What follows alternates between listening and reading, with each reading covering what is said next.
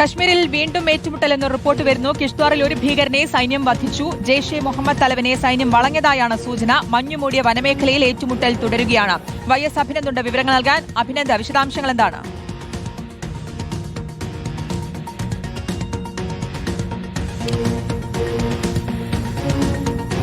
കോപ്സിനെയും ഒപ്പം തന്നെ CRPF പോലീസിന്റെ നേതൃത്വത്തിൽ നടത്തിയ ഓപ്പറേഷനിലാണ് ഇപ്പോൾ ഒരു ഭീകരനെ വെടിവെച്ച് കൊലപ്പെടുത്തിയിരിക്കുന്നത്.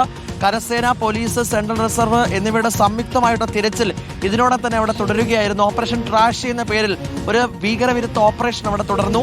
അതുകൊണ്ട് 10ഓളം ജില്ലകളിൽ, ജമ്മു കാശ്മീരിന്റെ പല ഭാഗങ്ങളിൽ ഇത്തരത്തിലേക്ക് അവിടെ ഓപ്പറേഷനുകൾ നടത്തിയിരുന്നു. അങ്ങനെ ചത്രു പ്രദേശത്താണ് ഇത്തരത്തിൽ ഏറ്റുമുട്ടൽ ഉണ്ടായത്. നിരോധിത സംഘടനയായ ജെയ്ഷെ മുഹമ്മദുമായി ബന്ധപ്പെട്ട 2 പാക് ഭീകരന്മാർ അവിടെ കുടുങ്ങിക്കിടക്കുന്നുണ്ടെന്നാണ് വിവരം. അതിനകത്ത് ജെയ്ഷെ തലവനുമുണ്ട്. എന്തായാലും അവിടെ കേന്ദ്രീകരിച്ചുള്ള ഒരു പരിശോധനകൾ ഇപ്പോൾ തുടരുകയാണ്.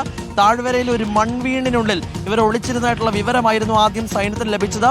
പിന്നീട് CRPF ഉൾപ്പെടെയുള്ള സുരക്ഷാ സേനകളെ വിവരം അറിയിക്കുകയായിരുന്നു. അങ്ങനെയാണ് ഇപ്പോൾ ഒരു ഭീകരൻ കൊല്ലപ്പെട്ടതായിട്ടും 3 പേർ കുടുങ്ങിക്കിടക്കുന്നതായിട്ടും വിവരം ലഭിച്ചിട്ടുള്ളത്. അതിനകത്ത് ഒരാൾ ജെയ്ഷെ തലവനാണെന്നാണ് ഏറ്റവും പ്രധാനപ്പെട്ട കാര്യം. ഓപ്പറേഷൻ ട്രാഷി എന്ന പേരിൽ ഭീകരവിരുദ്ധ ഓപ്പറേഷൻ കശ്മീരിന്റെ താഴ്വരകളിൽ തുടരുകയാണ്. കിഷ്ത്വാറിലും ഒപ്പം തന്നെ ചത്രു തുടങ്ങിയ വനമേഖലകളിലും ഇപ്പോഴും ഓപ്പറേഷൻ തുടരുന്നു. അതിനിടയിലാണ് ഒരു ആളെ ഇപ്പോൾ കൊലപ്പെടുത്തിയിരിക്കുന്നതാണ് ഏറ്റവും പ്രധാനപ്പെട്ട കാര്യം. കിഷ്ത്വാറിലാണ് ഒരു ഭീകരനെ സൈന്യം വധിച്ചിരിക്കുന്നത്. ജെയ്ഷെ മുഹമ്മദ് തലവനെ സൈന്യം വളഞ്ഞതായും റിപ്പോർട്ടുകളുണ്ട്. YS അഭിനന്ദാണ് വിശദാംശങ്ങൾ നൽകിയത്.